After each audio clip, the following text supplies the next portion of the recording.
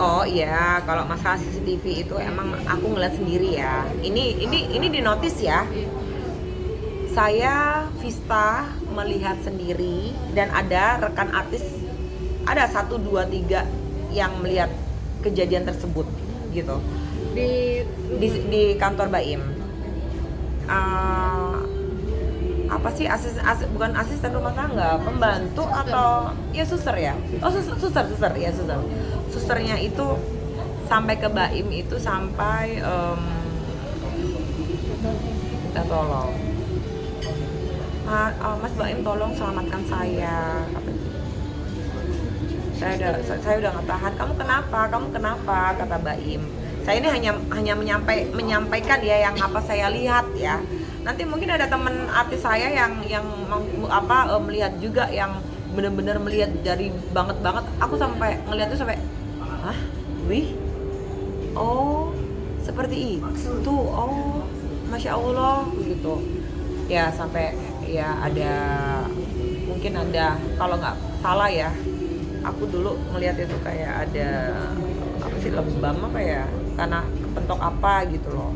Terus susternya sendiri juga ngomong ke saya juga, emang kayak begitu Mbak Vista katanya gitu, ibu ini begini. Saya nggak bisa banyak ya ngomongnya ya. Minta cerita sendiri ke Baim.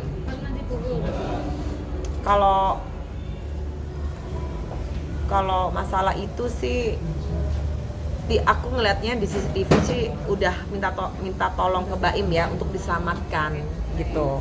Si siapa susternya ini, ya bener, susternya ini gitu. Masih kerja nggak suster? Ya udah enggak loh Mbak. Oh, udah. Yang satu doang ya Mas. Kan jadi saksi.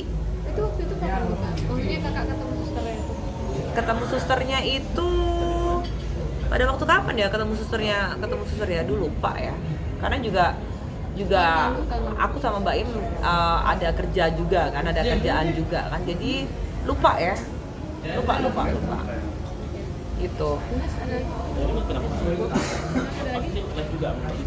Jadi ya sekali lagi ya, janganlah ibunya ini membalik-balikan fakta gitu, janganlah menjelek-jelekan sahabat saya ya, Baim ya, maksudnya ya, janganlah seperti itu gitu loh. Baik-baik, sampai Baim itu bilang kok ke saya sendiri, ayo sama-sama ngegedein anak dengan baik-baik. Kan sempet kan ketemu kan, tapi ya begitu lagi, gimana ya Mbak ya. Tapi menurut kakak anak-anak sebaiknya di tangan ibunya atau ayah? Atau ya bareng-bareng aja gitu? Ya sebenarnya sih kalau di umur segitu sih di ibunya ya. Tapi kan kembali lagi, anak-anaknya kan yang nggak mau. Kita nggak tahu kondisi di dalam seperti apa ya. Benar. Nanti kalau misalkan bisa ngomong salah lagi. Tapi yang aku lihat memang seperti itu. Memang dari anaknya sendiri yang nggak mau, yang sampai nangis guling-guling anak-anak itu. Aku sampai gini, Masya Allah Im, sampai kayak begitu kenapa? Nggak tahu Fis, gue ketakutan kayak gitu katanya si Baim gitu loh. Jadi tolong Im dibimbing terus anak-anak untuk nggak takut sama mamahnya. Udah, sama Baim kan leket mulu, dua-duanya digendong terus kan. Pakai suster nggak sih Kak? Satu ada dua. Oh, dua susternya. Oh, kirain 2 apa 3 ya? 2 dua ya. Tapi ya tetap nempelnya ya ke papa gitu, ke Baim gitu. Iya ya, tapi tetap Baim kemanapun kerja di mana dibawa. Even Baim live pun ya ada anak-anak, pokoknya anak-anak itu ngelihat ada papanya aja tenang gitu. Gini loh Mbak, sekali lagi ya, aku mau sampai muter-muter ya aku ngomongnya ya. Nyamannya anak-anak mungkin ya. Iya, gitu. Jadi nggak bisa nggak dipaksakan seperti itu kan. Ya kayak gua aja gitu, anak-anak nyamannya sama ibunya, ya sudah sama ibunya, karena mereka punya hak. Sekali lagi itu anak-anak itu punya hak untuk memilih kepada siapa, ke mamanya atau ke ibu, ke mana bapaknya, gitu aja sih. Kak, ini kan poinnya kakak menjelaskan bahwa kakak itu melihat CCTV, ya kan, itu masalah sebelum dia gugat apa sesudah dia gugat, pertanyaannya dengan kronologis yang kakak lihat di Kan TV ini itu? kejadian ini kan udah 6 bulan yang lalu. Jatuhnya sebelum dia gugat kan? Jadi jatuhnya apa tuh saat waktu CCTV itu? Sebelum digugat ya? Iya deh. Sebelum digugat ya? Apa? Yang apa namanya di CCTV kita lihat itu. Proses. Proses ya? Oh, lagi proses. Jadi intinya kakak itu Lagi- melihat sebelum dia gugat, sekarang lagi ada proses perceraian kan? Udah gugat. Udah gugat? Oh, udah viral di gugat, media. udah gugat. Jadi bahwa ini udah digugat dan Sudah, akhirnya dia udah kakak gugat. lihat kronologis Kan itu. jadi saksi susternya di pengadilan. Iya. Jadi alasan si Mbak Im menggugat itu karena ada poin itu, bukan karena ada orang kedua atau orang ketiga untuk menggugat Paula karena ada dugaan KDRT ke anaknya. Kakak melihat itu nggak? Ada ke situ nggak? Dua-duanya kayaknya ya. Kan ini udah ada di pengadilan. Kan dua-duanya kan buktinya 73 bukti kan ya itu ya. Udah masuk ke pengadilan kan. Dan itu saksinya udah ada semuanya, hidup semuanya. Itu terbuka dengan si Mbak Im sendiri nggak untuk berstatement itu, alasan dia menggugat si Paula dengan kronologis yang kakak lihat. Ya dengan- karena kan ada yang perselingkuhan itu, Mas. Ada Jadi iya, jadi kan gini, Mas. Kalau misalkan ada yang perselingkuhan itu, pasti ya otomatis mau nggak mau ya harus ada bukti. Dan Mbak Im punya bukti semuanya gitu. Dan jadi begini, jadi begini. Ini cerita flashback mundur lagi ya. Mungkin psikis anak juga sudah kena, ya psikis mental anak-anak. Kenapa pada waktu itu waktu mereka berantem itu selalu di depan anak, Oke. ya. Nah itu bisa juga ya. Kalau menurut aku, Iya. itu bisa juga. Tapi Mbak Im juga pada waktu saya lihat di CCTV juga kalem, ngomongnya nggak keras. Serius, Pak. Oke.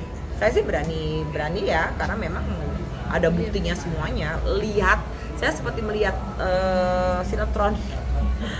Dan pada waktu itu si ibunya menggendong si Kenzo.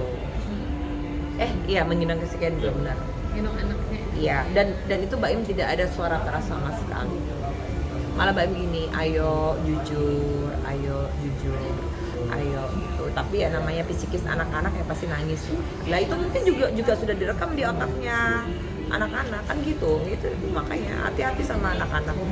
Karena mereka itu di masa-masa golden age-nya, Mas. Iya. Di umur-umur segitu. Nggak akan lupa sampai dia gede. Kasihan ya. Jadi anak-anak jadi korban. Kemarin kan sidang juga dia mengajukan ahli, kalau nggak salah ahli apa sih yang bilang di situ ada dugaan KDRT. Nah kakak melihat dari sisi itu gimana kak dalam rumah tangga dia? Mana ada KDRT, Baim itu udah aku tegesin, Mas. Apa namanya, tiap hari 2 hari ini tuh udah telepon-teleponan sama aku udah tegesin, Im, lo bener kan nggak ada KDRT? Enggak, ngapain gua KDRT gitu. Serius, Im? Enggak ada gua KDRT. Dugaan aja kan? Ya dugaan. Tapi kok dia sampai segitunya untuk mengambil atau menjadikan seorang IUD loh, untuk melihat kronologis CCTV bahwa itu dugaan ada KDRT loh. Yang mana? KDRT yang mana? Yang orang sampai salah satu. Yang apa yang dijorokin itu kan konten, sayang. Oh, Kan konten itu.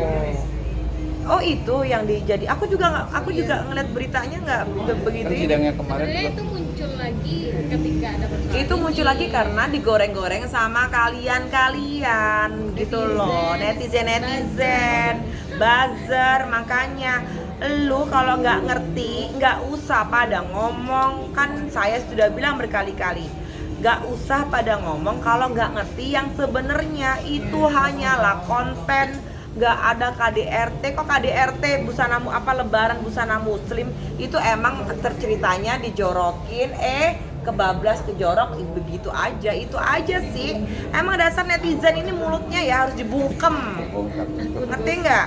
Nggak, kalau masalah ini bukan ke Baim mama ke apa perempuan itu enggak ya, netizen nih mulutnya nih, kalau nggak ngerti kalian enggak usah ngomong ya, nggak usah pada ikut ngomong deh. Lu ngerti emang dalam-dalamnya? Hah? Kalau nanti dalam-dalamnya lu tongkrongin aja rumahnya Baim, tanya Baim sendiri. Ini pun aja gue ngomong berdasarkan fakta, gitu loh. Terus lu pikir gue nongkrongin Baim rumahnya Baim? Enggak. Baim cerita sendiri dan saya menyaksikan CCTV-nya sendiri, gitu loh. Jadi netizen atau buzzer yang gak guna-guna lu minggir.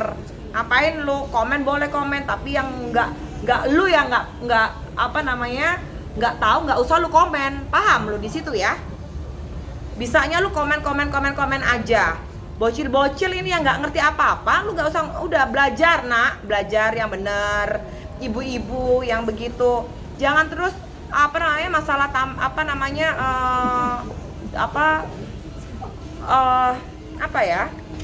masalah di aurat ditutupin terus semua benar. Ya tidak lah, logika aja mikirnya gitu loh. Kasian loh Baim, karena gue bukan ngebela Baim karena dia gimana, enggak. Itu satu, memang kebenaran faktanya memang seperti itu. Sampai Baim itu sampai berkaca-kaca nangis ke gue, puas loh.